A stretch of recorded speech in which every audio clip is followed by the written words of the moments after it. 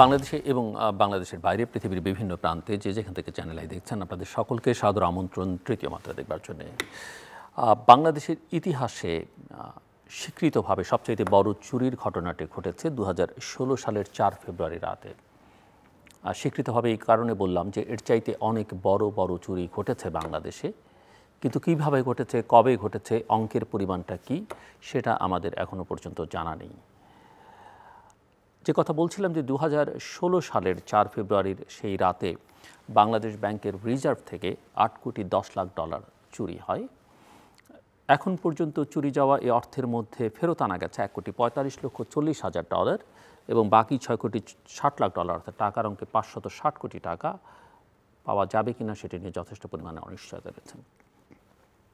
টাকাটা পাওয়া না পাওয়ার চেয়ে বড় প্রশ্ন সেটা হচ্ছে যে বাংলাদেশ ব্যাংক এই চুরির তথ্যটা জানতে পারে একদিন পরে, কিন্তু অদৃশ্য কোনো কারণে সেটা গোপন রাখে আরও 24 দিন এবং এই বিষয়টি তৎকালীন অর্থমন্ত্রীকে বাংলাদেশ ব্যাংক আনুষ্ঠানিকভাবে জানায়, আনুষ্ঠানিকভাবে জানায় চুরি যাওয়ার 33তম দিনে।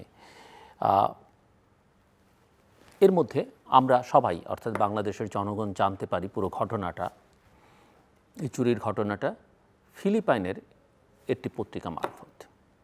সেই সংবাদ সূত্রে বাংলাদেশের জনগণ বা বাংলাদেশের অন্যান্য গণমাধ্যম সেই সংবাদ পিক করে এবং সেই সূত্রে আমরা জানতে পারি। এবং ঘটনার 39 দিন পর বাংলাদেশ ব্যাংকের পক্ষ থেকে মতিঝিল থানায় বাংলাদেশ ব্যাংকের রিজার্ভের অর্থ চুরি, মানি লন্ডারিং এবং সাইবার অপরাধ দমন আইনের ধারায় মামলা করা হয়। মোটামুটিভাবে এই মামলার তদন্তের দায়িত্ব দেওয়া হয় তখন সিআইডিকে। রিজার্ভ চুরি নিয়ে বাংলাদেশ সরকার যুক্তরাষ্ট্রের ফেডারেল কোর্টে একটা মামলা করেছিল, সেই মামলাটা টেকেনি, তবে অর্থ ফেরত এবং জড়িতদের শাস্তির জন্য স্টেট কোর্টে মামলা হয়েছে, কিন্তু অর্থ ফেরত পাওয়ার আশা তেমনটা করা যাচ্ছে না। কিন্তু আসলে ঘটনাটা কী হয়েছিল এবং বাংলাদেশে গত কয়েক বছর আমরা যেটা দেখেছি এখানে সত্যের চাইতে মিথ্যের জয় জয়কার অনেক বেশি ছিল, রেটরিকটা আমরা অনেক বেশি দেখেছি রিয়ালিটির সঙ্গে যার কোনো মিল ছিল না। এই চুরি নিয়ে সরকারি ভাষ্য, সরকারি কার্যক্রম আমরা লক্ষ্য করেছি, কিন্তু সেটা যে বিশ্বাসযোগ্য ছিল না সেটা কিছুটা বোঝা যাবে আজকের এই তৃতীয় মাত্রা থেকে। এই তৃতীয় মাত্রায় কথা বলবার জন্য আমার সঙ্গে স্টুডিওতে রয়েছেন, আমার বসা আছেন তানভীর হাসান জোহা, একজন সাইবার নিরাপত্তা বিশ্লেষক, এবং তানভীর জোহা এই তদন্ত প্রক্রিয়ার সঙ্গে যুক্ত ছিলেন, তিনি আমার বসা। আমার ডানে রয়েছেন ফয়েজ আহমেদ তৈয়ব, একজন উন্নয়ন বিশ্লেষক এবং প্রযুক্তিবিদ। ফয়েজ আহমেদ তৈয়বের একটি বইয়ে একটি চ্যাপ্টার আছে বাংলাদেশ ব্যাংকের এই রিজার্ভ চুরির ঘটনা বলি নিয়ে এবং বিশ্লেষণ নিয়ে। সে কারণে আজকে তাদের এই দুইজনকে আমন্ত্রণ জানানো। স্বাগত আপনাদের দুজনকে তৃতীয় মাত্রায়। তানভীর জোহা, আপনাকে বিশেষভাবে স্বাগত, আপনি প্রথম এসেছেন তৃতীয় মাত্রায়, সেজন্য আপনার কাছ থেকে শুনতে চাই যে এই বাংলাদেশ ব্যাংকের এই হেস্টের মধ্যে আপনি কীভাবে, এই ঘটনার মধ্যে আপনি কীভাবে জড়িয়ে পড়লেন এবং আপনার অভিজ্ঞতা। জি, ধন্যবাদ। তৃতীয় মাত্রার দর্শকদেরকে আমার আন্তরিক প্রীতি ও শুভেচ্ছা এবং সালাম। যে বিষয়টি আসলে বলতে চাই সেটি হচ্ছে যে আমি 2014 এবং 15 সালের একটি অর্থ বছরে একটি কর্মসূচি ছিল তথ্য যোগাযোগ প্রযুক্তি বিভাগের। সে কর্মসূচির নাম ছিল সাইবার নিরাপত্তা কর্মসূচি। এই কর্মসূচির ডিফিনিশন ছিল এরকম যে এখানে আপনার 64টি জেলা, 73টি বিশ্ববিদ্যালয় এবং পাশাপাশি 128টি মহিলা কলেজে আমরা সাইবার নিরাপত্তা নিয়ে তৃণমূল পর্যায়ে অ্যাওয়ারনেস করব এবং পাশাপাশি আমাদের একটা হেল্প ডেস্ক থাকবে, যে হেল্প ডেস্কে আমরা আসলে মামলা সংশ্লিষ্ট বিষয় কিংবা যারা ভুক্তভোগী তাদের যাতে আইনি ঝামেলাটা না হয়, সরকারের পক্ষ থেকে একরকম উদ্যোগ সেখানে ছিল।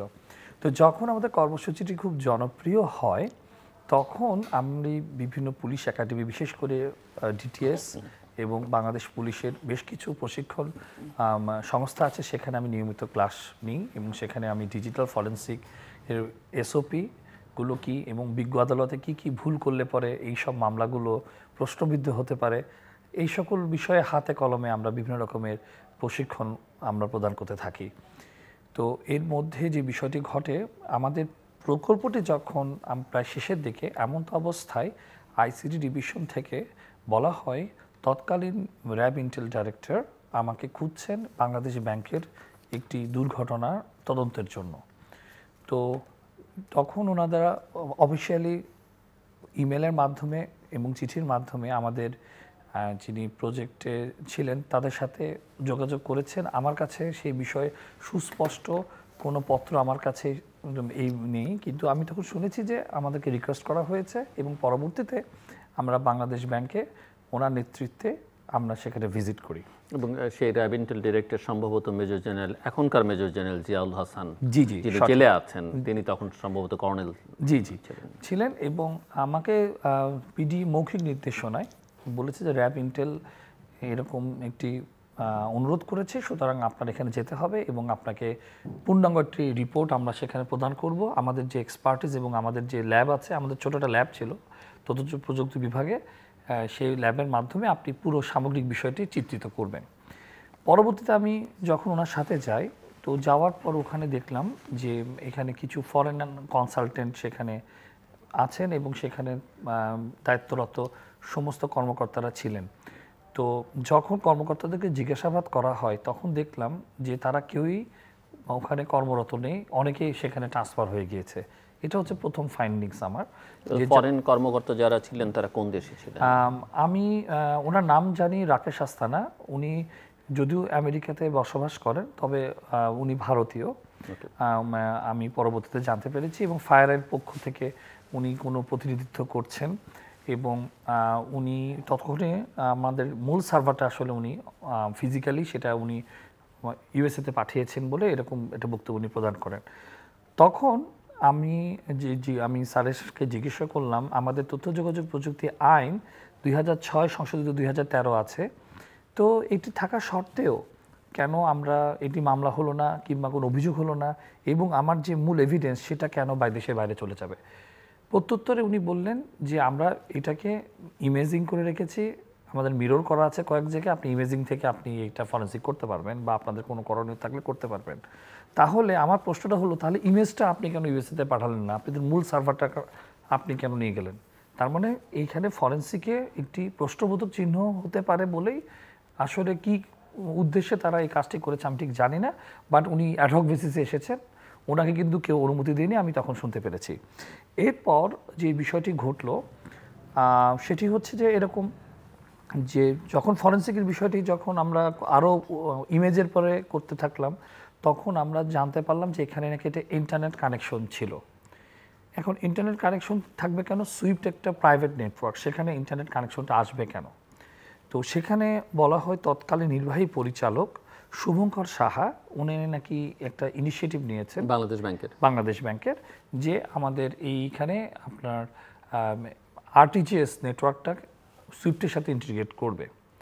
তো এই জায়গাটা আমি একটু বলতে পারি যে সামগ্রিকভাবে যে আমাদের তৎকালীন ডেপুটি গভর্নর ছিলেন, ওনার নাম হচ্ছে মোহাম্মদ আবুল কাশেম, ওনাকে কিন্তু মানে একরকমের চুক্তি থেকে বাদ দেওয়া হয়েছে এবং উনি একরকমের সামগ্রিক প্রক্রিয়ায় ফেসে গিয়েছেন বলে আমি মনে করি, কারণ উনি এই ইনিশিয়েটিভের সাথে কোনোভাবে জড়িত ছিল না, বিনা অপরাধে ফেসেছেন বা ফাঁসিয়ে দেওয়া হয়েছে। হ্যাঁ, বা ওনার চুক্তিটা আসলে বৃদ্ধি করা হয়নি। তো দৃশ্যমানভাবে কি হয়েছে, ওনাদেরকে টার্মিনেট তো করেনি, চুক্তি বর্ধিত করেনি, এইটুকু হয়েছে।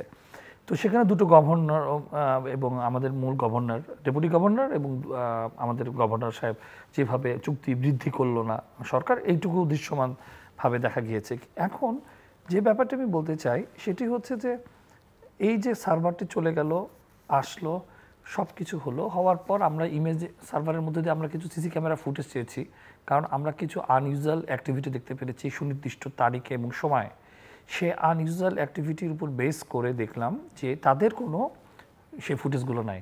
সেন্ট্রাল ব্যাংকের ফুটেজ কীভাবে গায়েব হয় সুইফটের মতো জায়গায়? এই প্রশ্ন যখন আমরা করা শুরু করেছি, এবং তখন আমার অনেক মিডিয়ারা আমাকে ব্রিফিং করলো, আমাকে জিজ্ঞেস করছিল আপনারা গেলেন। আমি যেহেতু তৎকালীন ওই ডাইরেক্টর ইন্টেলের সাথে আমি ওখানে প্রবেশ করেছি, আমি পরীক্ষা করেছি, সামগ্রিকভাবে 3-4 দিন ধরে আমরা এক্সামিন করেছি, আমাদের দিন শেষে ব্রিফিং হতো। তো তখন আমি সেই বিষয়গুলো আমি আসলে মূলত কথা বলতাম যে আমরা শনাক্ত করতে পেরেছি যে 3টা আইডি থেকে ট্রানজ্যাকশনগুলো জেনারেট হয়েছে, এবং আমাদের কিছু প্রশ্ন ছিল সিসি ক্যামেরার ফুটেজ নাই। আরটি বিষয় হচ্ছে আরটিজিএসটা কেন আমার সুইফট সার্ভারে কানেক্ট হলো। এই সার্ভারটা কানেক্ট করার পূর্বে কিছু ইন্টারন্যাশনাল স্ট্যান্ডার্ড আছে সেই স্ট্যান্ডার্ডটা মেনটেন করা হয়েছিল কিনা। এবং রহস্যজনকভাবে আমি যে বিষয়টি দেখলাম, আরটিজিএস সার্ভারটা ডিসেবল করার ট্রাই করা হয়েছে, আনইনস্টল করার ট্রাই করা হয়েছে। আপনি পেন ড্রাইভের হ্যাঁ আনইনস্টল করার ট্রাই করেছে। পেন ড্রাইভের যে বিষয়টি আসলো সেটা হচ্ছে যে পেন ড্রাইভে দেখতে পেলাম সেটা হচ্ছে কী ডিভাইসগুলো ঢুকানো হয়েছিল। সুইপ সার্ভারের তো পেন ড্রাইভ ঢুকানোর কথা না, তো সেখানে তারিখ এবং সময় চলে আসে। সেই সময়গুলোতে তো আপনার সিসি ক্যামেরা ফুটেজই নেই, সেই প্রসঙ্গ বাদই দিলাম। তারপর ওরা বলছে যে কথিত হ্যাকিং যে শব্দটি তারা ব্যবহার করছে, সে কথিত হ্যাকিংয়ের মধ্যে আরটিজিএসটাকে তারা ডিসেবল করার চেষ্টা করলো কেন? এটা আমি বলতে পারি, আমার যদি স্মৃতিভ্রম না হয়, 2015 সালে অক্টোবর মাসে এটাকে ইন্টিগ্রেশন করার ট্রাই করা হয়েছে। যখন ওরা আনইনস্টল করতে পারে না তখন তারা, যখন ওটা ডিসেবল করতে পারে না তখন তারা আনইনস্টল করে ফেলেছে।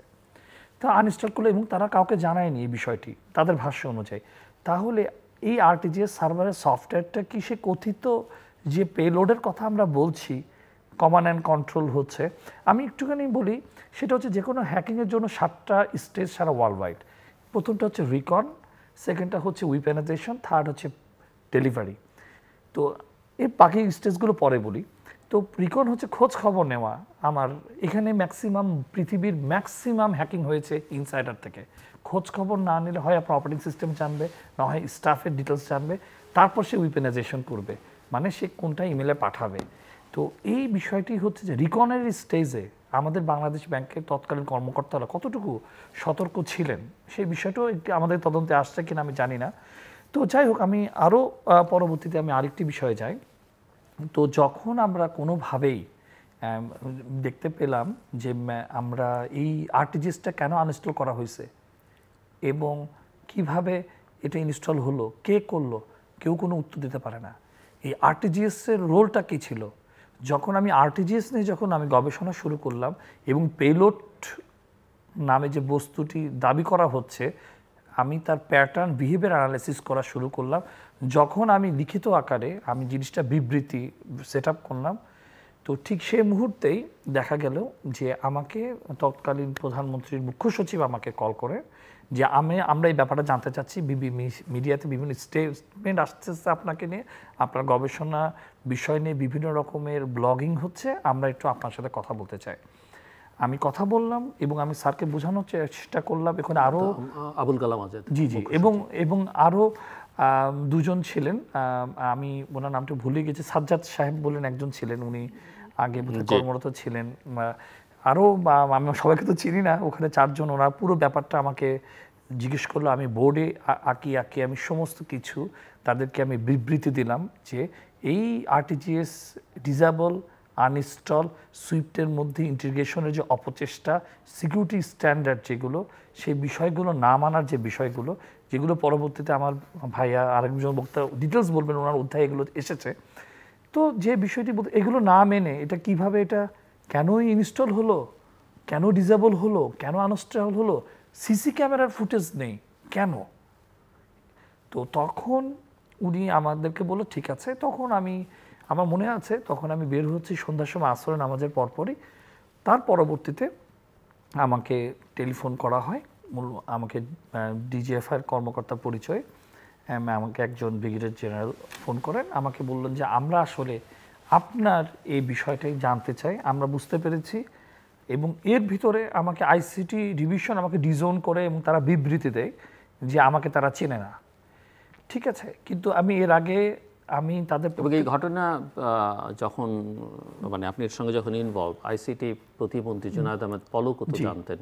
জি উনি জানতেন এবং উনি আমাকে সরাসরি বলেনি, উনি বিভিন্ন সচিব এবং আমার পিডি এবং আমার শুভাকাঙ্ক্ষীদের দিয়ে মেসেজ করছে। এবং সবচেয়ে বড় বিষয়, মেসেজ করতেন উনি, মেসেজ দিচ্ছে যে আমি যাতে এই তদন্তের বিষয় কোনো কথা না বলি, এটা ওদের ইন্টারনাল একটা ইনভেস্টিগেশন। আমি যখন একটা জায়গায় যাবো, আমি বেড়াতে যাবো সেখানে, আমি তো এখানে রিপোর্ট লিখবো, আমি কিন্তু একাডেমিক, আমি বিশ্ববিদ্যালয়ে শিক্ষকতা করি, আমাদের সব কিছু গোছানো, আমি আইন বুঝি এবং আমি বিভিন্ন একাডেমিতে আমি শিক্ষকতা করছি, আমি তো প্রসিডিউর জানি, সরকার নীতিমালা, ফ্রেমওয়ার্ক, আইনগুলো কি। তো আমি যে ইনসাইড বাংলাদেশ ফাউন্ডেশনে আমি যে এনজিওতে ছিলাম, আমাদের একটা ওয়েবসাইট ছিল, সেই ওয়েবসাইটের নাম ছিল cyberniরাপত্তা.net। এবং আমার পার্টনাররা তখন ইনসিকিউরিটিতে তারা কিন্তু ওই ওয়েবসাইটে আমার নাম রিমুভ করে দিল, ওয়েবসাইটই বন্ধ করে দিল। তো আপনি ডিজিএফ এর কথা বলছিলেন। জি, যে তখন আমাকে ডাকলো, ডাকার পর আমি চলে গেলাম, আমাকে ডাকছে এবং তারা ডিটেলস বিষয়গুলো জানতে চাইছে। আমি যাওয়ার পরই যেটা হলো, তখন তারা আমাকে মূলত 4 থেকে 5 দিন আমাকে সুযোগ দিলেন যে আরও ডিটেল আমি যাতে রিসার্চটা করি এবং আমার সঙ্গে যে মিরর যে সার্ভার, সেই সার্ভারে যাতে আমি উত্তরোত্তর আমি কাজগুলো করি। এবং তখন ছিলেন র্যাবের কালাম সাহেব, আবুল কালাম আজাদ সাহেব, যে মারা গিয়েছেন যিনি, ওনার র্যাবের ফরেন্সিক ল্যাবেও আমার ওই হার্ড ড্রাইভটা ছিল, যেখানে আমি আমার ইমেলে মিরর করে আমরা সেখানে বিভিন্ন পেলোডগুলো কোথা থেকে আসলো, পেলোড খুঁজে বের করার চেষ্টা করলাম এবং কী ধরনের সফটওয়্যার সেখানে ইনস্টল হলো, কেন আনইনস্টল হলো, সেই বিষয়টা নিয়ে আমি উত্তরোত্তর গবেষণা করার চেষ্টা করলাম। তো সেটার যখন উত্তর পেলাম না, তার উত্তর খোঁজার চেষ্টা করছি, এর মধ্যে তখন তারা আমাকে বলল যে আমাকে ফোনে কথা বলতে দিচ্ছিল এবং আমি বাসায় কিন্তু কথা বলতে পারছিলাম। পরবর্তীতে হঠাৎ করে একদিন আমার টেলিফোনটা মূলত সিজ করা হলো। ফোনটা আমাকে বললো ফোনে এখন কমিউনিকেশন হবে না, আপনি কাজ করতে থাকেন। তো কাজ করতে করতে একটা সময় আমাকে বললো যে আপনাকে আমরা বুঝতে পেরেছি এবং একরকম আমাকে ওখানে ক্লাসে নিতে হয়েছে, তারা জানতে চেয়েছে যে কী হয়েছে, সব ডায়াগ্রামগুলো আমি আঁকানোর পর যে বিষয়টি হলো সেটা হচ্ছে যে আমাকে ইন্টারোগেশন বলেন, বিবৃতি বলেন, সেটা শেষ হলো। শেষ হওয়ার পর আমাকে বলছে যে আপনাকে আমরা রিলিজ করে দেব।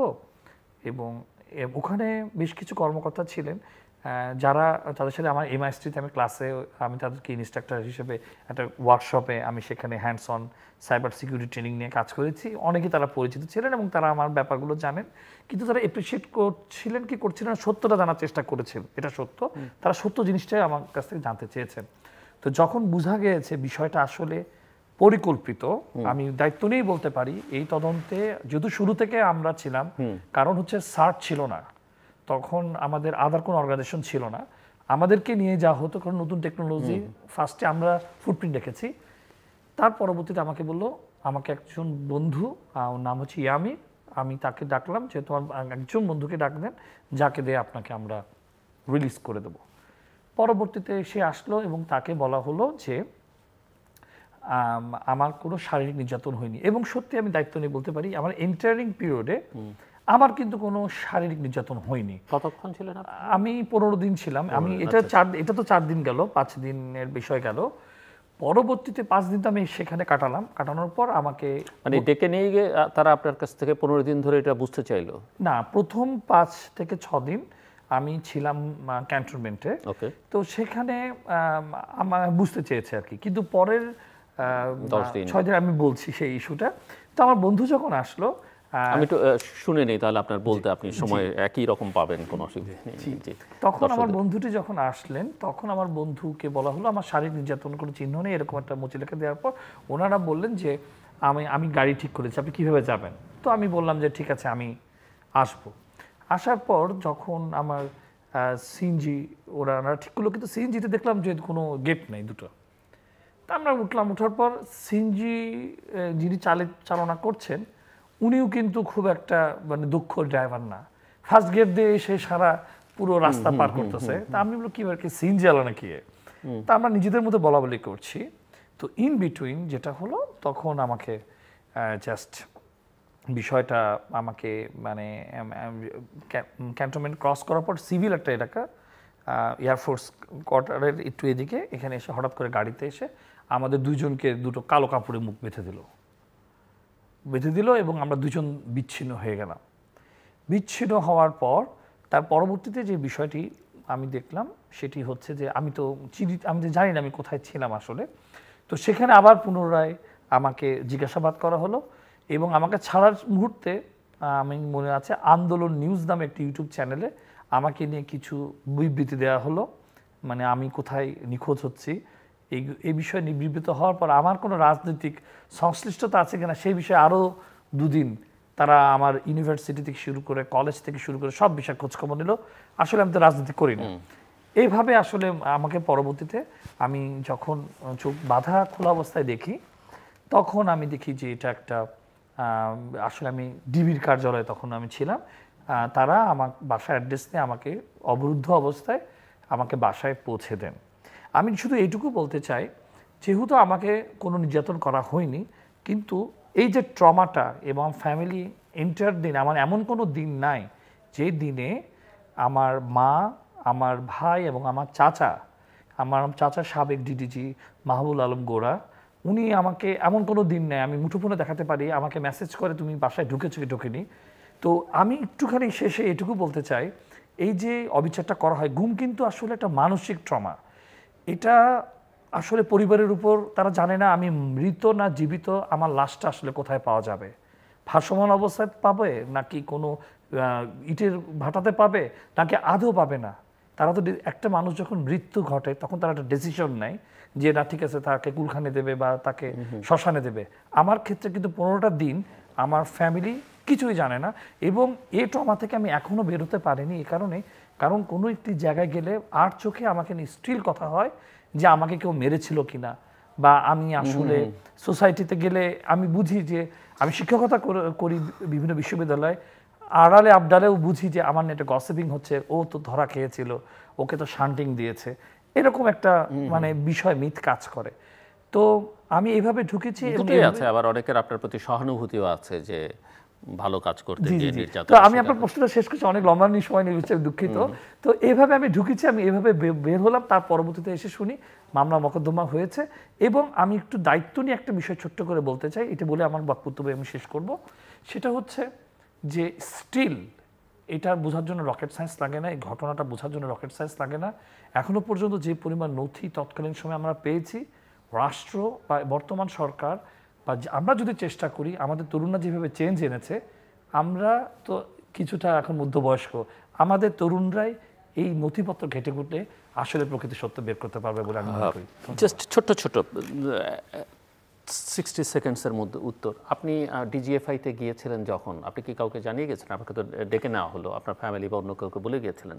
না, আমি কাউকে জানাইনি, কারণ আমি জানি আমার মনে হচ্ছিল সিচুয়েশন যেভাবে কমপ্লিকেটেড হয়ে গিয়েছে, আমি আমার বাসাকে জানাতে গেলে কেউ আমাকে হয়তো যেতে দেবে। আপনাকে প্রথম 5-6 দিনের পরে কি করলো তারা? আপনি 10-15 দিন ছিলেন বললেন। জি জি, প্রথম 5-6 দিন তো আপনার কাছে বুঝতে চাইলো, বুঝার পর আমাকে আবার রিলিজ করে দিল আমার একটা ফ্রেন্ডের মাধ্যমে। রিলিজ করতে গিয়ে আমি আবার সেকেন্ড তখন ওই 6 দিনটা আসলে মিডিয়াতে তখন আসে, যেহেতু আমার বন্ধু বাসায় যে জানিয়ে দেয় আমার এরকম প্রবলেম। আপনাকে যখন মুখ্য সচিব আবুল কালাম আজাদ সাহেব ডেকে নিয়ে গেলেন, উনি কি বলেছিলেন? আচ্ছা, উনি আসলে পুরো ঘটনাটাই জানতে চেয়েছিলেন, জেনে উনি কোনো মন্তব্য করেননি। ঠিক আছে, উনি বলেছেন যে আমি এটা ঊর্ধ্বতন কর্তৃপক্ষকে জানাবো, সম্ভবত ভুল না হলে প্রধানমন্ত্রীকে উনি জানাতে চেয়েছিলেন, আমি যদি ভুল না শুনে। উনি পুরো জিনিসটা বুঝতে চেয়েছিলেন, এবং উনি না আরও 4-5 জন এসেছিলেন সিনিয়র অফিসার, আমি সবার নামটা। আপনাকে প্রকৃত সত্য গোপন করবার জন্য বা আড়াল করবার জন্য কারা কারা নির্দেশ দিল? মূলত আমাকে আইসিডি ডিভিশন থেকে বলা হচ্ছিল, এবং আইসিডি ডিভিশনে তখন তারা সার্ট করেনি, করছে। আর বাকিরা আপনাকে ভয়ের মধ্যে রাখলো? হ্যাঁ, অবশ্যই ভয়ের মধ্যে রেখেছে, এবং আমার বন্ধুরা যারা ক্লোজ আমার সাথে কাজ করেছে তাদেরকেও থ্রেট করা হয়েছিল। আমার মূলত 2টো বন্ধু ছিল, একজন ইয়ামিন, একজন জন। তো তাদেরকে অনেকভাবে থ্রেট করা হয়েছে। ফাইনাল টেক এটা হ্যাক হয়নি? ডেফিনেটলি না, এটা আমি এটাকে বলতে চাই আনঅথরাইজড অ্যাক্সেস।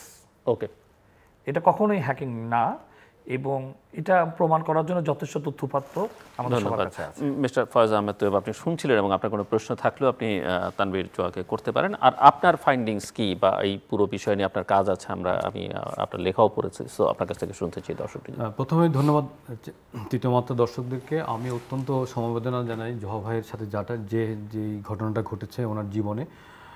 বাংলাদেশে আমরা একটা নতুন সময় পার করছি, এবং এই সময়ে আমি মনে করি আগামীর দিনে আপনি এবং অন্যান্যদের সাথে যেই গুম এবং বিচার বহির্ভূত হত্যাকাণ্ডের যে ঘটনাগুলো ঘটেছে, এই ঘটনাগুলো আর কখনো ঘটবে না। তো আজকে আমরা কেন আলোচনা করছি? কারণ হচ্ছে বাংলাদেশের অর্থনীতির সবচেয়ে শক্তির জায়গাটা হচ্ছে রিজার্ভ, এবং আমাদের রিজার্ভের অন্যতম যে সোর্স সেটা হচ্ছে যে আমাদের প্রবাসী আয়। আমাদের প্রায় 1 কোটির কাছাকাছি মানুষ বিদেশে আছেন, তারা রিজার্ভ নিয়ে খুবই শঙ্কিত। তো আমাদের ব্যাংকিং খাতে এই মুহূর্তে অনাস্থা বিদ্যমান। এমত অবস্থায় সাধারণ মানুষের মধ্যে একটা জিজ্ঞাসা আছে যে বর্তমান ব্যবস্থায় যে সাবেক সরকার মাত্রই প্রস্থান করলো, এমত অবস্থায় আমাদের রিজার্ভের যে নিরাপত্তা, এই নিরাপত্তা সংহত আছে কিনা, এটা সাধারণ মানুষ হিসাবে সবারই এই প্রশ্নটা রয়ে গেছে। এখন আমাদের দরকার হচ্ছে যে যেই রিজার্ভের যে চুরির ঘটনা ঘটেছে এটার একটা বিশ্বাসযোগ্য তদন্ত জনপরিসরে নিয়ে আসা। আমি জনপরিসরে মিডিয়াতে যেই তথ্যগুলো অ্যাভেলেবল, ভাইয়া ইনসাইড স্টোরিটা বললেন, আর আমি জনপরিসরে মিডিয়াতে যে তথ্যগুলো অ্যাভেলেবল সেগুলো সাপেক্ষে আমি বই একটা চ্যাপ্টার করেছি। কিন্তু মানুষের মধ্যে সবচেয়ে বড় আকাঙ্ক্ষার জায়গাটা হচ্ছে যে রিজার্ভ চুরির পরে কি কি পদক্ষেপ নেওয়া হলো এবং এর সাথে যারা জড়িত, যারা দায়িত্ব অবহেলা করেছে তাদেরকে বিচারকী প্রক্রিয়া আনার কোনো উদ্যোগ সরকারের আছে কি নাই, এই প্রশ্নগুলো সামনে আসছে। এর বাইরে আরেকটা বিষয় আছে যে বাংলাদেশ ব্যাংক সহ বাংলাদেশের যে ব্যাংকিং ব্যবস্থার যে নিরাপত্তা, যে ইন্টারনেট সিকিউরিটি অথবা ডেটাবেস সিকিউরিটি কিংবা ডেটা সেন্টার সিকিউরিটি, এই বিষয়গুলো নিয়ে মানুষের, আমাদের যারা বিশেষজ্ঞ বা সাবজেক্ট ম্যাটার এক্সপার্ট তাদেরও আপনার জিজ্ঞাসা আছে। তো এখন আমরা চাই বাংলাদেশ ব্যাংক একটা অ্যাকাউন্টেবল প্রতিষ্ঠান, একটা জবাবদিহিমূলক প্রতিষ্ঠানে পরিণত হোক, এবং এই জবাবদিহিতামূলক যদি প্রতিষ্ঠানে পরিণত হয় তবেই বাংলাদেশের ব্যাংকিং খাতের যে আস্থার জায়গাটা সেটা ফেরত আসবে।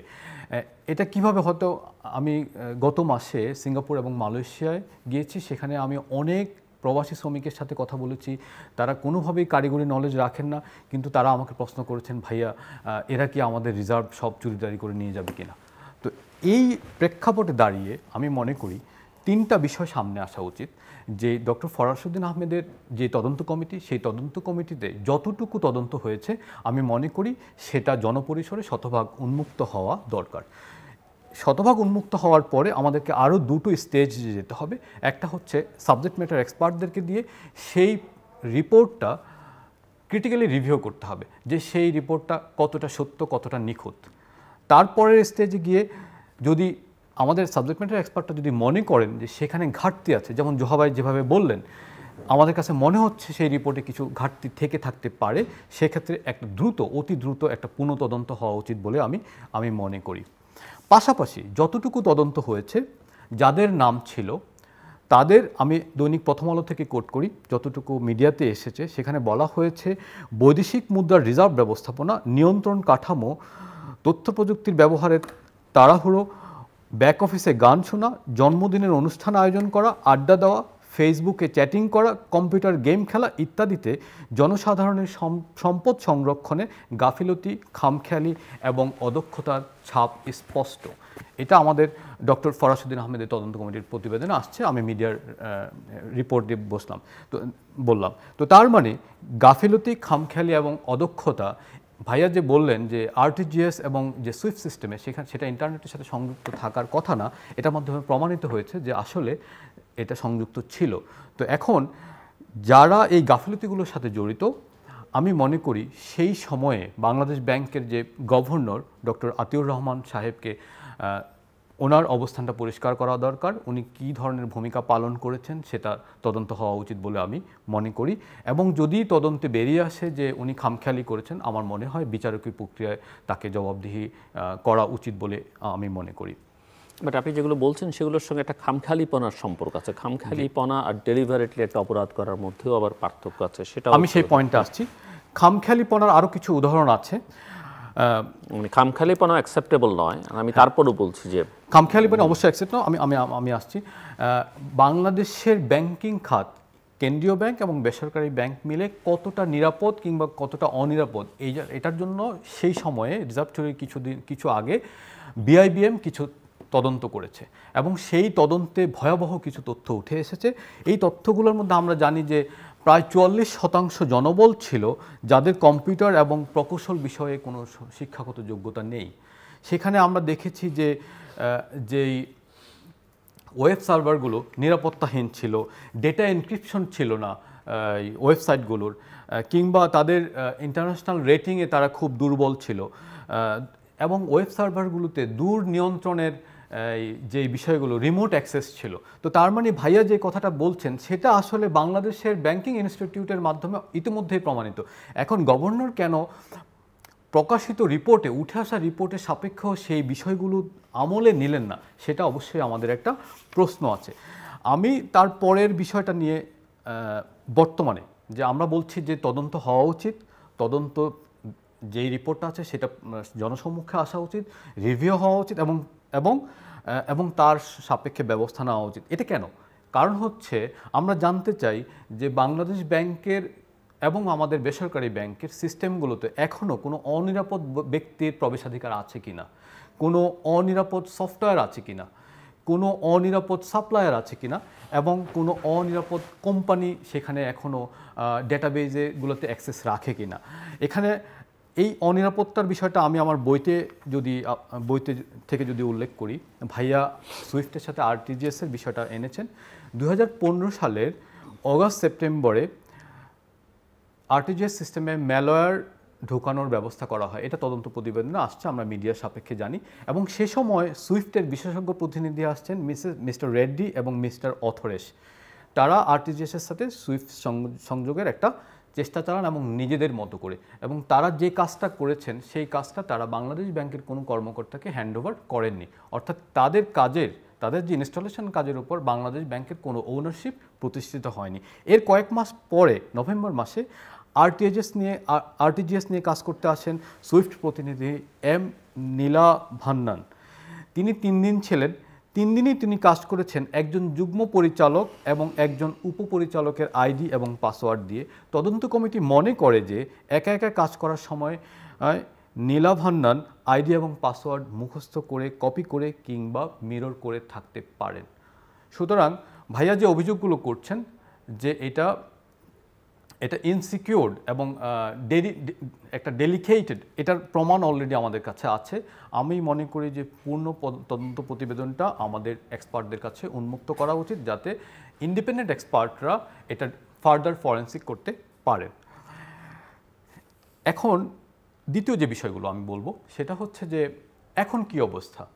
সে সময় আমরা যখন বাংলাদেশের সমুদয় ব্যাংকিং সিস্টেমের সিকিউরিটি নিয়ে কথা বলছিলাম, তখন আপনাদের মনে আছে যে পিসিআই ডিএসএস নামে একটা কথা উঠেছে।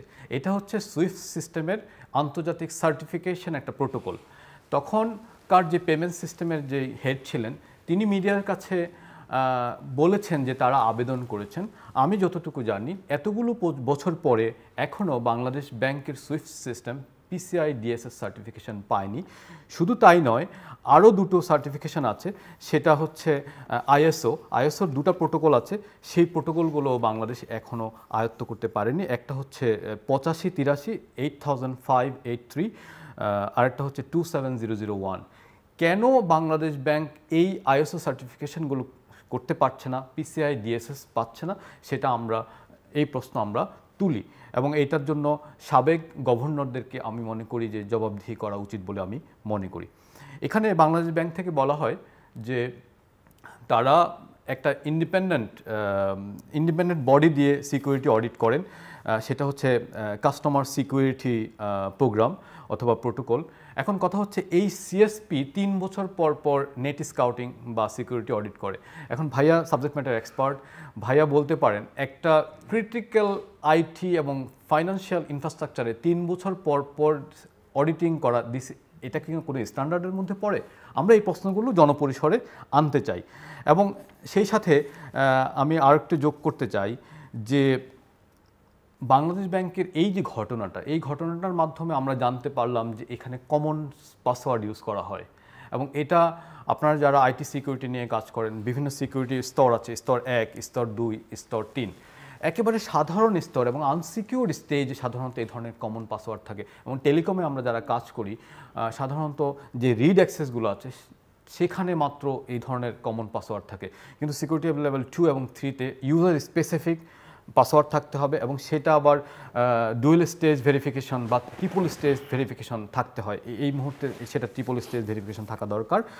তারপরে দেখুন প্রতিবেদনেই আসছে যে পরিচালক এবং উপপরিচালকের পাসওয়ার্ড ব্যবহার করা হয়েছে। এই অবস্থায় আমরা খুবই শঙ্কিত যে এখনও কি বাংলাদেশ ব্যাংকের বা বেসরকারি ব্যাংকের বিভিন্ন সফটওয়্যার সিস্টেমে বা রেগুলেটরি সিস্টেমে বিদেশিদের অ্যাক্সেস আছে কি নাই।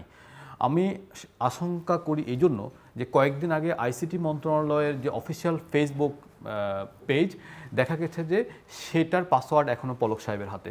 সো আমি খুবই শঙ্কিত যে এখানে বাংলাদেশের একটা নতুন সরকার এসেছে, আমরা জন আকাঙ্ক্ষার দিক থেকে আমরা সবাই এই সরকারের সাফল্য কামনা করি। আমরা দেখতেছি প্রতিবিপ্লব হচ্ছে এবং সেগুলোতে দেশে বড্ড বিশৃঙ্খলা হচ্ছে, কিন্তু যদি ডিজিটাল খাতে ফাইন্যান্সিয়াল সিস্টেমে যদি এরকম ডিজিটাল স্যাবোটাজ হয় তাহলে আমরা আসলে এটাকে অ্যাভেল করতে পারি বলে মনে করি না। আসলে এটা আসলে খুবই আসলে শঙ্কার জায়গা। তারপরের বিষয়গুলো আমি যেটা বলতে চাই যে বাংলাদেশ ব্যাংক এবং কেন্দ্রীয় বাণিজ্যিক ব্যাংকগুলো রেগুলেটরি হোক কিংবা বাণিজ্যিক হোক, যেই সফটওয়্যারগুলো ব্যবহার করে সেই সফটওয়্যারগুলোর লাইসেন্সিং নিয়ে আমরা প্রশ্ন তুলতে চাই এবং এটা সুস্পষ্টভাবে অডিট হওয়া দরকার যে এই লাইসেন্সিংগুলোর মান ঠিক আছে কিনা। কারণ এই প্রশ্নগুলো যেহেতু আসছে, আমার মনে হয় একটা এন্ড টু এন্ড তদন্ত এবং ভাইয়া বলেছেন ফরেন্সিক, আমি বলবো যে অডিটিং এগুলো হওয়া দরকার এবং এটা খুব দ্রুততার ভিত্তিতে হওয়া উচিত বলে মনে করি। আর সবচেয়ে শেষের কথা হচ্ছে, আমি যেটা বলতে চাই সেটা হচ্ছে যে কনসালটেন্ট, যে আমার এখানে কোনো অনিরাপদ এবং আনট্রাস্টেড কনসালটেন্ট আছে কি না, যারা ভাইয়া যে বললেন হ্যাকিংয়ের ফার্স্ট স্টেজ, যে এনভায়রনমেন্টকে যারা আমাদের এনভায়রনমেন্টকে জানে কিনা। সর্বশেষ আরেকটা বিষয় আনতে চাই, হ্যাকিং প্রশ্নে দুটো বিষয়কে আমরা সামনে আনতে পারি আমাদের সাধারণ মানুষের ভাষায় যদি আমি বলতে চাই। একটা হচ্ছে যে হ্যাকিংয়ের সময় বাংলাদেশ ব্যাংকের যে ব্যবস্থাপকরা তারা কি প্রসেসে কোন প্রক্রিয়ায় এই বিষয়টাকে ট্যাকেল করতে চেয়েছেন, আর দ্বিতীয় বিষয়টা হচ্ছে তারা গাফিলতির যেই বিষয়টা সামনে আসছে, একটা হচ্ছে তাদের নিজস্ব প্রসেসের দুর্বলতা ইত্যাদি, আর দ্বিতীয় বিষয়টা হচ্ছে গাফিলতির যে বিষয়গুলো। এই দুইটা বিষয়কে যদি আমরা প্যারালালি রাখি তাহলে আমি মনে করি সেই সময়ে বাংলাদেশ ব্যাংকের যে ম্যানেজমেন্ট তাদেরকে জবাবদিহিতামূলক একটা প্রক্রিয়ার মধ্য দিয়ে আনা এই সময়ে খুবই জরুরি। এটা জাতীয় নিরাপত্তা এবং আর্থিক খাতের নিরাপত্তার সাথে অত্যন্ত ওতপ্রোতভাবে যুক্ত। সো তানভীর হাসান জোহা, আপনি শুনছিলেন মিস্টার ফয়েজের বক্তব্য। আমার অনেকগুলো টেকনিক্যাল কোশ্চেন তিনি রেইজ করেছেন। আমার মনে হয় আপনার কাছে কিছু অ্যান্সার থাকতেও পারে, বা আপনি কিভাবে দেখেন সেটা একটু শুনতে চাই।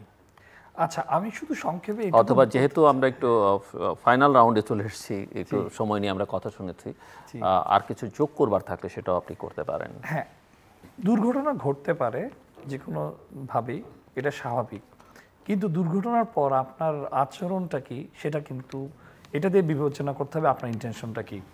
বাংলাদেশ ব্যাংকে পেলোড থাকুক, হ্যাকিং থাকুক, আনঅথরাইজ অ্যাক্সেস থাকুক, ম্যালওয়্যার থাকুক, যেভাবে সংজ্ঞায়িত করুক না কেন, একটি বিষয় খুব স্পষ্ট যে সুপরিকল্পিতভাবে কিছু ব্যক্তি কিন্তু সামগ্রিক বিষয়ে ধামাচাপা দেওয়ার চেষ্টা করেছে এবং কণ্ঠ রোধ করার চেষ্টা করেছে। সেটা কেন করলো তারা, সেখান থেকে বোঝা যাচ্ছে যে এটা একটা অর্গানাইজড ক্রাইম। আমরা যত এক্সটার্নাল যদি কনসালটেন্ট এসে সেটাকে ইনস্টলেশন করে সবাইকে আউটও করে দেয়, he is the also part of the game. যদি আমি জানি না, তদন্ত সাপেক্ষের ব্যাপার। আর আমার কথা হচ্ছে বাংলাদেশের অ্যাসেট আমার রিজার্ভের মতো একটা সফিস্টিকেটেড জায়গায় একটা ফরেন কনসালটেন্ট ইনস্টলেশন করবে, আর বাকি যে কর্মকর্তা ওনাদের রোলটা কি, এবং যথেষ্ট পরিমাণ এই জিনিসগুলো উৎসাহিত করা হয়েছে। এভাবে অপ্রাসঙ্গিকভাবে বলতে চাই, এনআইডি সার্ভার যখন হ্যাক হলো তখন মাননীয় প্রতিমন্ত্রী আমাদের ৭১ টেলিভিশন আমার মনে আছে, ওখানে উনি একটা বক্তব্য দিলেন যে উদাসীনতা দেখা গিয়েছে, তিরস্কার করা হয়েছে। এটা হচ্ছে তদন্তের উপর। এখন কি এটা কি এরকম আজ আমার মন ভালো নেই? উদাসীনতা মানে কি আজ আমার মন ভালো নেই? এটাই। সুতরাং উৎসাহিত করা হচ্ছে আমাদের এই ইগনোরেন্সটাকে, আমি দেখেছি বিভিন্নভাবে উৎসাহিত করা হয়েছে বিভিন্নভাবে। আরেকটি বিষয় একটু বলে যায়, র্যামসাম পে আমাদের বাংলাদেশ অনেক ক্রিটিক্যাল ইনফ্রাস্ট্রাকচারে হয়েছে বা হচ্ছে। আমি একটি ইনফ্রাস্ট্রাকচারে কাজ করতে গিয়েছি এবং সেখানে আমি নাম বলছি না, সেখানে আমরা প্রায় কিছুটা রিকভার করতে পেরেছি, বাকিটা রিকভার হলো না। সেখান থেকে এসেও আমাদেরকে কিন্তু বিভিন্ন সংস্থা থেকে প্রেশার করা হলো যে এইটা আসলে তথ্য প্রযুক্তি বিভাগ করবে। তো তারাও কিন্তু আমি আসার ১ মাস আগে তারা সেখানে অবস্থান করেছে, তারা কিন্তু একটা ফাইলও ডিক্রিপ্ট করতে পারেনি। দায়িত্ব নিয়ে বলছি, আমরা তো কিছু ফাইল নিয়ে কাজ করেছি, কিছুটা ডিক্রিপশন দিয়ে সিস্টেম অটোমেশন আপ করেছিলাম। এই যে ওনারশিপ, আমি এখন নতুন উপদেষ্টারা এসেছেন, আমি তাদের দৃষ্টি আকর্ষণ করতে যাচ্ছি, এই যে ওনারশিপ আমি করব, আমার এই আইসিটি ডিভিশন সব করবে, এত বড় ইনফ্রাস্ট্রাকচার, এত বড় গভর্নমেন্ট, এতগুলো লোক কিন্তু নাই, এবং সেটাকে নীতি দিয়ে আইন দিয়ে কিন্তু আপনি গ্র্যাপ করতে পারবেন না, যার যার জায়গা থেকে সেইটি করবে। ইনসিডেন্ট রেসপন্স খুব গুরুত্বপূর্ণ একটি বিষয়। ইনসিডেন্ট রেসপন্স প্ল্যান ম্যাক্সিমাম অর্গানাইজেশনের এখনও নাই। দৃশ্যমানভাবে আমি দেখিনি এই ব্যাপারে নতুন যে আমাদের কাছে অনেক এক্সপেকটেশন থাকবে, এই জায়গাটায় ইগনোরেন্স হচ্ছে।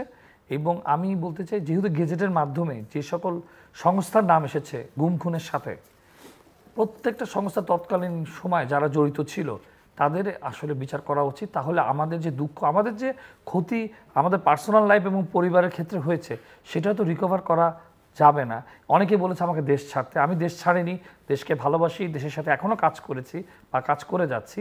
আমার অভিজ্ঞতাটাকে বিভিন্ন বিশ্ববিদ্যালয়ে আমি ডিসিমিনেট করছি। তারপরও আমি চাই এই প্রত্যেকটা জিনিসের জন্য সুষ্ঠু বিচার হয়। এবং এই সরকারকে আমি বেশি কৃতজ্ঞতা প্রকাশ করছি এ কারণে, তারা এটাকে গেজেট নোটিফিকেশন আকারে নোটেট করে এটাকে দৃষ্টি আকর্ষিত করে আইনের মাধ্যমে এই গুম খুনের যে বিচার করছে, এটাকে আমি স্বাগত জানাই।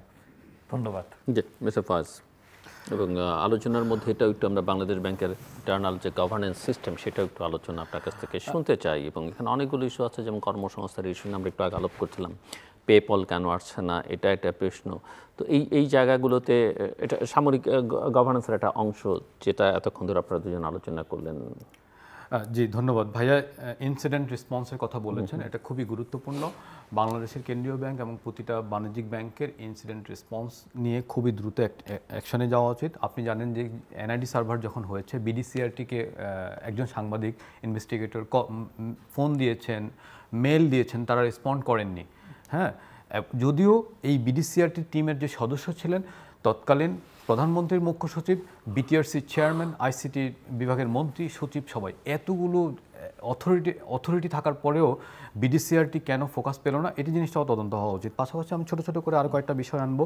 বাংলাদেশের কেন্দ্রীয় ব্যাংক এবং বাণিজ্যিক ব্যাংকগুলোর ডিজাস্টার রিকভারি নিয়ে কতটা আছে, 1+1 ডিজাস্টার রিকভারি আছে কিনা সেটা নিয়ে। ডিজাস্টার রিকভারি মানে এটা যদি কোনোভাবে আগুন লেগে যায় বা কোনো স্যাবোটাজ হয়, তাহলে তারা কত দ্রুত ফাইন্যান্সিয়াল সিস্টেম রিকভার করতে পারবে, সেটা নিয়েও তদন্ত হওয়া উচিত।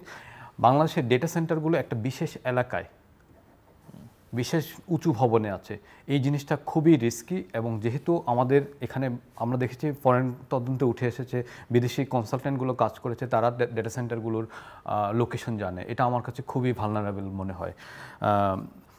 তদন্তের সময় আমরা দেখেছি অ্যান্টিভাইরাস ইনস্টল করতে গিয়ে সেটাকে আনইনস্টল করে দেওয়া হলো। এই ধরনের প্রোটোকলের ব্যাপারে বাংলাদেশ ব্যাংক কী ধরনের নীতিমালা তৈরি করেছে সেটা আমরা জানতে চাই। হ্যাঁ, তারপরে ওই যে সুইফট সিস্টেমের যে সার্ভার ডাউন করার সময় বা hardware security module, HSM card সরানো নিয়ে একটা বিষয় আছে। তো আমরা বলতে চাই একটা রীতিমালা হয়েছে কিনা, যে নেক্সট ইনসিডেন্টের সময় এই কার্ডটা কি অন থাকবে না অফ থাকবে, security soft antivirus and security প্রোটোকলগুলো কখন অফ করতে পারবে বা কখন অন করতে পারবে। হ্যাঁ, বা বাণিজ্যিক ব্যাংকের জন্য যে কোনো কাজের জন্য আমরা জানি, যেহেতু এটা বাংলাদেশের ক্ষমতাগুলো কেন্দ্রীভূত, তারা গভর্নরের নির্দেশের অপেক্ষায় থাকেন। এখন সেই জিনিসগুলো কত দ্রুত রেসপন্ড করবেন গভর্নর, সেই বিষয়গুলোর আমরা সমাধান চাই। প্লাস ভিপিএনের বিষয়টা আসছে, ভিপিএনও ইনেক্টিভ করা হয়েছিল। তো এই সব কিছু মিলে আমি মনে করি বিআইবিএমের যে আগের তদন্ত প্রতিবেদনগুলো হয়েছিল সেটার মিররিং করা চাই, আবার নতুন করে এই সব কাজ, এটা একটা বিশাল কর্মযজ্ঞ, এই জিনিসগুলো অনতিবিলম্বে শুরু করা চাই। আর ভাইয়া আপনি যেটা বললেন যে বাংলাদেশের যে এই বাংলাদেশ ব্যাংকের যে কিছু পলিসি, প্রথমত যে কোনো পলিসির আগে আমাদেরকে জানতে হবে যে আমরা আমাদের ব্যাংকিং ইউজার বলি, আমাদের প্রবাসী শ্রমিক বলি, তাদের আস্থার জায়গাটা বাংলাদেশ ব্যাংকের উপরে যাতে ফিরে আসে। এই জন্য এই যে আমরা তদন্তের ভাইয়া যে কথাগুলো বললেন, আমি যে কথাগুলো বললাম, এই অডিটগুলো ফরেন্সিকগুলো হলে এবং এটা যদি জনসমক্ষে আসে এবং তারা যদি দেখতে পায় যে সরকার তদন্তের উদ্যোগ নিচ্ছে বিশ্বাসযোগ্যতার সহিত, তাহলে আমার মনে হয় বাংলাদেশের যে ফাইন্যান্সিয়াল সেক্টরের উপরে মানুষের আস্থা ফিরে আসবে এবং সেটা ব্যাংক আউটসাইড মানে ব্যাংকের ভিতরে নিয়ে আসবে। এখানে আমি প্রাসঙ্গিকভাবে একটা বিষয় তুলি যে বাংলাদেশ ব্যাংক যে ডেটা সাপ্লাই করে, এই ডেটা কোয়ালিটি নিয়ে আমার কিছু প্রশ্ন আছে। যে আমরা যদি গুগল পাবলিক ডেটা দেখি, আমরা যদি বিশ্বব্যাংক বা IMF-এর ডেটা দেখি, আমরা দেখতে পাই সেখানে সূচকগুলোর সাথে সাথে একটা টাইম সিরিজ ডেটা আসে।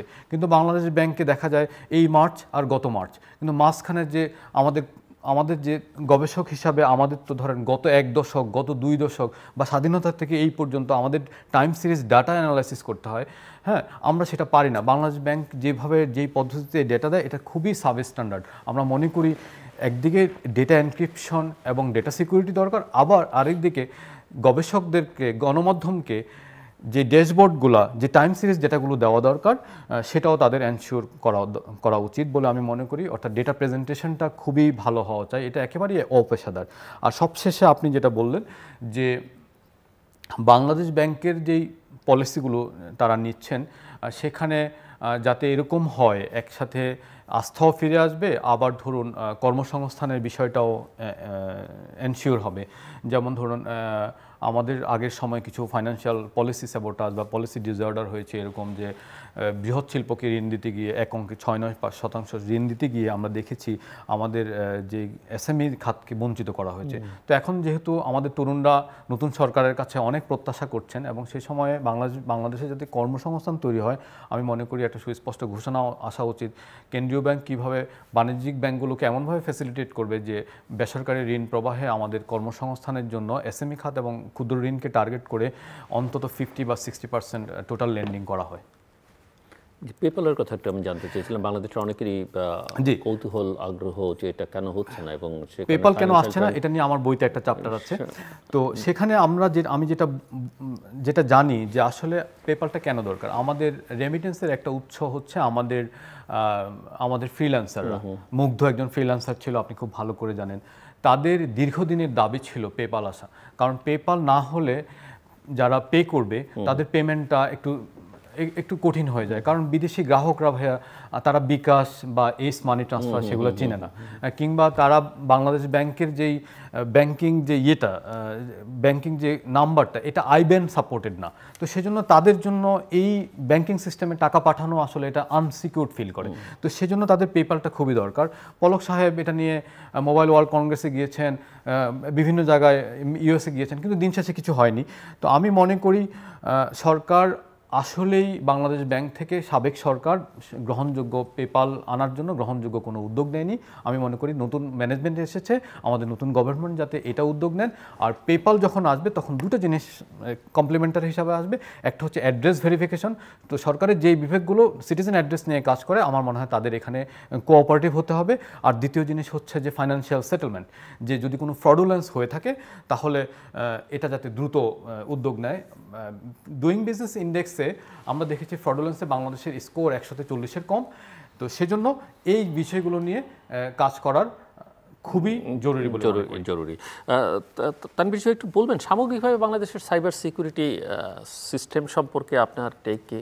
জাস্ট 2 মিনিট সময় যদি আপনি 2-3 মিনিট। আমি যেটা বলতে চাই, যে কোনো জাতি যখন অ্যানালগ থেকে ডিজিটালে যায় তখন একটা ট্রানজিশন পিরিয়ড থাকে। এই ট্রানজিশন পিরিয়ডে অনেক ইনসিডেন্ট ঘটবে, নতুন অভ্যাসের বিষয় আছে। তো সেটিকে মাথায় রেখে আমরা যেটা দেখেছি যে আমাদের এত অ্যাপ্লিকেশন, 500 অ্যাপস, যে অ্যাপসগুলো এখন আউটডেটেড কোড দিয়ে করা এবং এত সফিস্টিকেটেড ডেটা, আপনার ফার্মার্স বলেন, কৃষি বলেন, আপনার নর্মাল এক পে বলেন, মানে যে আদার পেমেন্ট গেটওয়ে যেটা গভর্নমেন্ট করেছে, একচুটিয়েভাবে একটি ভেন্ডরকে দিয়ে করা হয়েছে এবং দুর্বল কোড, একটি কোড দিয়ে 500 অ্যাপস হয়েছে। এই লোপাট যদি তদন্ত হয় তাহলে অনেক বিকৃত চেহারা বের হয়ে আসবে। তো সেক্ষেত্রে আমি সেই প্রসঙ্গে যাচ্ছি না। সিকিউরিটি তো অলওয়েজ নিগৃহীত হয়েছে এবং আমাদের সাবেক যারা আমাদের সার্টের সাথে যারা ইনভলভ ছিলেন, সাবেক বেশ কয়েকজন পরিচালক, তাদেরকে আসলে আইনের আওতায় আনা উচিত। তারা থাকা অবস্থায় তারা দায়িত্বপ্রাপ্ত, নীতিমালা যারা দায়িত্বপ্রাপ্ত, তার সার্বিক নিরাপত্তা সুনিশ্চিত করার সে দায়িত্ব তারা পালন করতে পারেনি। এবং আমাদের এনআইডি কার্ডের ডেটা সমস্ত ডার্ক ওয়েবে আছে। আমি জানি না আমাদের ডিএনএ, আরএনএ বা হাতের থামগুলো চলে গিয়েছে কিনা। তারপর আপনি ল্যান্ড ডিজিটালাইজেশন হলে আপনার ডেটা তো জালিয়াতি আরও আকারে বেড়ে যাবে, তখন তো কিছু করার থাকবে না। সো এই কনসিকুয়েন্সটা আমরা কেউ বুঝতেছি না এবং আমাদের সূচকেও আমাদের অবস্থা খুব খারাপ। এবং তথ্য প্রযুক্তি বিভাগে তখন খুব দাবি করা হতো আমরা ইসরায়েলি থেকেও ভালো, এরকম একটি মাঝখানে শুনেছিলাম। 33 ইসরায়েলি আছে 34, আমরা আছে 33, এরকম একটা বিষয় শুনেছিলাম। তো আসলে বিষয়গুলো আমাদের মানে দৃশ্যমান ভালো না। তবে হ্যাঁ, কিছু কিছু জায়গায় আমরা সচেতন হয়েছি। একেবারে খারাপ অবস্থা তা না, এটা একটা সামগ্রিক প্রক্রিয়া। রেজিমেন্টেড অ্যাপ্রোচ ছাড়া সাইবার নিরাপত্তা এবং সচেতন ছাড়া সম্ভব না। আর লাস্ট একটি লাইন সংযোজিত করতে হয়, বাংলাদেশের কোনো বিচার, কোনো তদন্তে কোনো বিচার হয় না। যতগুলো সাইবার ইনসিডেন্ট ঘটেছে সবগুলো পূর্ববর্তী বিচার হোক, এমনিতেই সবাই সচেতন হয়ে যাবে। এই আইনের প্রয়োগের মাধ্যমে সচেতন হয়ে আমাদের নিরাপদ বাংলাদেশ গড়া সম্ভব। এক্স্যাক্টলি। জি, ফাজ আহমেদ। Closing remarks. আমি এখানে একটা নতুন বিষয় আনতে চাই, সেটা হচ্ছে যে বাংলাদেশের মোবাইল ফাইন্যান্সিয়াল আমরা যেটা মোবাইল ব্যাংকিং বলি, আপনি জানেন যে মোট যে ব্যাংকিং লেনদেন, এই লেনদেনের একটা বড় অংশ এখন হচ্ছে মোবাইল ব্যাংকিং। এখন সেখানেও কিন্তু স্ক্যামিং আছে। তো এখন এই তদন্তের বিষয়গুলো কিন্তু সেখানেও ইকুয়ালি ইম্পর্টেন্ট, সেখানেও এটা প্রযোজ্য। অর্থাৎ আমাদেরকে একটা নেট স্কাউটিংয়ে যেতে হবে ফাইন্যান্সিয়াল সেক্টরের জন্য, যেটা আমাদের চর্চায় পরিণত হবে। তখন মানুষ আসলে ব্যাংকিং সিস্টেমের উপরে মানুষের আস্থা বাড়বে, সেটা মোবাইল ব্যাংকিং হোক কিংবা রেগুলার ব্যাংকিং হোক কিংবা কেন্দ্রীয় ব্যাংকের রিজার্ভ ব্যবস্থাপনা হোক। তো এটা আবার ভাইয়া হুন্ডির সাথে জড়িত। যে আমরা জানি যে বাংলাদেশের একটা বড় সমস্যা হচ্ছে হুন্ডির সাথে, আমরা যদি হুন্ডির সাথে গোল্ড স্বর্ণ পাচারের যে চক্রটা, এটাকে আমরা যদি পার্কিং করে রাখি, এটা যদি আমরা সাইড করে রাখি, তারপরেও আমরা বলবো যে আমরা চাইলে ইজিলি মোবাইল ব্যাংকিংগুলোর ডেটাবেস নিয়ে সেটার ট্রানজ্যাকশানের প্যাটার্ন স্টাডি করতে পারি। যে যদি আমরা দেখি যে আনঅথরাইজড নাম্বারে অনেক বেশি একমুখী ট্রানজ্যাকশন হচ্ছে, সেগুলোকে আমরা আলাদা করে সেটার উপরে আমরা নেট স্কাউটিং বা ডিজিটাল ফরেন্সিক করতে পারি। এখন এই কাজগুলো আসলে ইন্ডাস্ট্রিতে স্ট্যান্ডার্ডাইজড, ঠিক আছে। আমরা জানি যে মাস্টার কার্ড এবং ভিসা বাংলাদেশে স্ট্রংলি অপারেট করে এবং তাদের কিন্তু এই মেকানিজমগুলো আছে। এখন যদি সরকার মনে করে যে আমাদের এখানে ট্রেনিং বা কারিগরি সক্ষমতা, যেটা আমরা BIBM এর প্রতিবেদনে দেখেছি সক্ষমতার অভাব আছে, সেই জিনিসগুলোর জন্য তারা রিসার্চ অ্যান্ড কিছু ডেভেলপমেন্ট আর মানে ট্রেনিং অ্যান্ড ডেভেলপমেন্ট প্রোগ্রামও করতে পারে। যে ইন্টারনেট সিকিউরিটি অ্যাওয়ারনেস তৈরি করার জন্য বা হ্যাকিংয়ের বিরুদ্ধে বা মোবাইল ব্যাংকিং স্ক্যামিংয়ের বিরুদ্ধে যে লিটারেসি, অর্থাৎ যে আমরা প্রশিক্ষণের যে বিষয়টা, প্রশিক্ষণটা হতে পারে। অর্থাৎ একদিকে অডিটিং হবে, আরেকদিকে যে সিকিউরিটি রিলেটেড নিরাপত্তাগত যে ঝুঁকিগুলো, সেগুলোর বিপরীতে আমাদের যে আচরণ হবে, সেই আচরণের একটা এস্টাবলিশ চর্চা, এস্টাবলিশ প্রসেস হবে। এবং শেষ ভাগে আমাদের যে ফাইন্যান্সিয়াল ক্ষেত্রে হোক সে বেসরকারি, হোক সে সরকারি কিংবা কেন্দ্রীয় ব্যাংকের রেগুলেটরি কর্মকর্তা কর্মচারী, তাদেরকে একটা ট্রেনিং এবং ডেভেলপমেন্টের মধ্য দিয়েও নিতে হবে বলে আমি মনে করি। দর্শক, অনুষ্ঠানের শেষ প্রান্তে আমরা সামাজিক যোগাযোগ মাধ্যম ফেসবুক, এক্স এবং ইউটিউবে তৃতীয় মাত্রা লাইভ স্ট্রিম হচ্ছে, আপনারা দেখতে পারেন। টেলিভিশনের পর্দায় দেখতে না পারলে যে কোনো সময় যে কোনো স্থান থেকে ইউটিউবে তৃতীয় মাত্রা চ্যানেলটি সাবস্ক্রাইব করে এই পর্ব বা পুরনো পর্বগুলো আপনারা দেখতে পারেন। মিস্টার ফয়েজ আহমেদ তৈয়ব এবং মিস্টার তানভীর হাসান জোহা, অসংখ্য ধন্যবাদ আলোচনা শোনার জন্য। দর্শক, আমরা কথা বলছিলাম বাংলাদেশ ব্যাংকের রিজার্ভ চুরি 2016 সালে যে ঘটনা ঘটেছিল সেটি নিয়ে, এবং আমার অতিথিরা বলছিলেন যে বাংলাদেশ ব্যাংকে একটি জবাবদিহিমূলক প্রতিষ্ঠানে পরিণত করতে হবে। সেটা এখন পর্যন্ত আছে বলে মনে হচ্ছে না। নতুন সরকার, নতুন গভর্নর, আশা করি সেটা হবে, আমাদের সকলের প্রত্যাশা। এবং দুজনের কথা এটা স্পষ্ট যে ঘটনাগুলো ঘটেছে সেই কারণেই তারা মনে করেন যে রিজার্ভ চুরির একটা বিশ্বাসযোগ্য তদন্ত হওয়া দরকার। বাংলাদেশ ব্যাংকের সাবেক গভর্নর ডক্টর মোহাম্মদ ফরাসউদ্দিনের নেতৃত্বে একটি তদন্ত কমিটি হয়েছিল এবং তারা একটি রিপোর্ট তৈরি করেছিলেন, কিন্তু সেই রিপোর্টটি আসলে জনসমক্ষে আসা দরকার, এটা ওনাদের বক্তব্য। এবং সেই রিপোর্টটি আসলে সংশ্লিষ্ট বিশেষজ্ঞদের, যেমন এখানে আমরা একজন সংশ্লিষ্ট সাইবার সিকিউরিটি এক্সপার্ট কথা বললেন, এরকম বিশেষজ্ঞদের দিয়ে আসলে পরীক্ষা নিরীক্ষা করা দরকার। এবং সেখানে যদি কোনো দুর্বলতা পাওয়া যায় তাহলে সেটির আসলে পুনঃ তদন্ত দরকার যদি প্রয়োজন হয়। এবং এই তদন্ত প্রক্রিয়ার সঙ্গে যুক্ত হয়ে পড়ে একজন মোটামুটিভাবে গুমের শিকার হয়েছেন এবং সেই ট্রমা তার এবং তার পরিবারের এখনো কাটেনি। এবং গুম খুনের ক্ষেত্রে বাংলাদেশে গত 15 বছরে কী হয়েছে আমরা সবাই দেখেছি। কাজেই গুম খুনের বিচার হওয়া দরকার এবং 15 বছরের সব ঘটনার তদন্ত, বিচার, সুষ্ঠু বিচার হওয়া দরকার এবং দ্রুততার সঙ্গে হওয়া উচিত। সেটি এই সরকারের কাছে প্রত্যাশিত, কারণ এই সরকার প্রতিষ্ঠিত হয়েছে অনেক শিশুর, অনেক তরুণের আত্মদান এবং সাধারণ মানুষের আত্মদানের মধ্য দিয়ে। এবং একথা ওনারা বলছেন যে বাংলাদেশের জাতীয় এবং আর্থিক নিরাপত্তার বিষয়টি এখনও পর্যন্ত নিশ্চিত করা যাচ্ছে কিনা, এই সুরক্ষাটা নিশ্চিত কিনা সেটা খতিয়ে দেখা দরকার। আমাদের সঙ্গে থাকবার জন্য অসংখ্য ধন্যবাদ, আপনাদের সবার জন্য শুভকামনা।